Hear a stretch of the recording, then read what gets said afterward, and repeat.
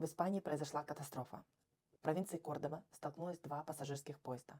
По предварительным данным, погибло 39 человек и 70 человек госпитализировано.